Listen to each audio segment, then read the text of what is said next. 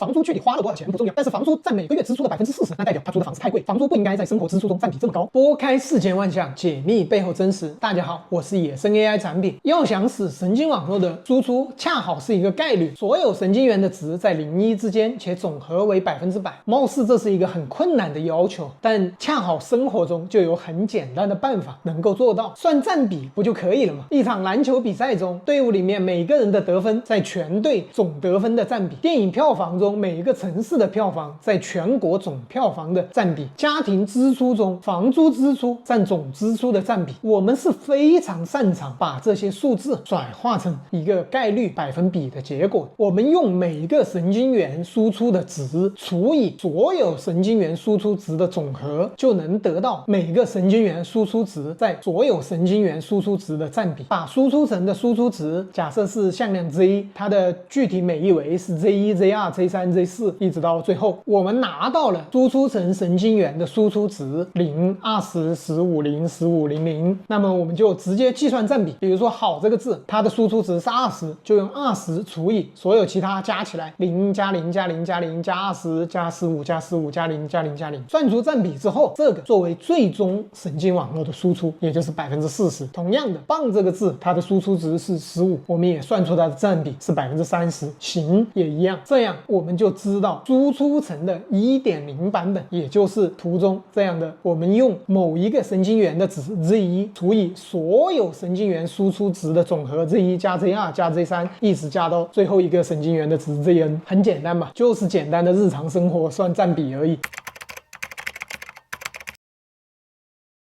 我们用每个人每月支出来看这个具体的过程。比如野生君每个月房租的花费是2000元，吃饭花了1500元，其他购物花了1500元，一个月总共就花了5000元。具体在这些支出中，房租到底占了多少，我们就算它的总占比嘛，2000除以总支出5000，就得到了40%。吃饭和购物都是占比30%，所有这些支出的占比比例加起来就刚好是100%。这就跟神经网络刚刚我们算占比的过程是一样的，每个输出层神经元输出的值就代表这个字的预测得分。通过这种算占比的计算，我们能够算出来每个字的预测得分在总得分中的比例，让它作为这个字的出现概率。在磁嵌入结构介绍的时候，我们就说过，磁嵌入的具体值其实是不重要的，语义是存储在磁嵌入值与值之间的关系中。同样的，这里我们用预测得分的占比来作为最终输出，也是代表前一层输出的具体值其实是不重要，重要的是输出值互相之间的关系。就像分析一个人一个月的支出，房租具体花了多少钱不重要，但是房租占每个月支出的40%，那代表他租的房子太贵了，房租不应该在生活支出中占比这么高。输出层在计算占比的这个过程中，就是在量化输出层之间的关系。具体的输出值不重要，重要的是每个字的预测得分在总预测得分中的占比。今天的内容就先到这里，我们下节继续。想了解更多 DeepSeek 的技术细节，关注一下再走。我是野生 AI 产品，陪你一起成长。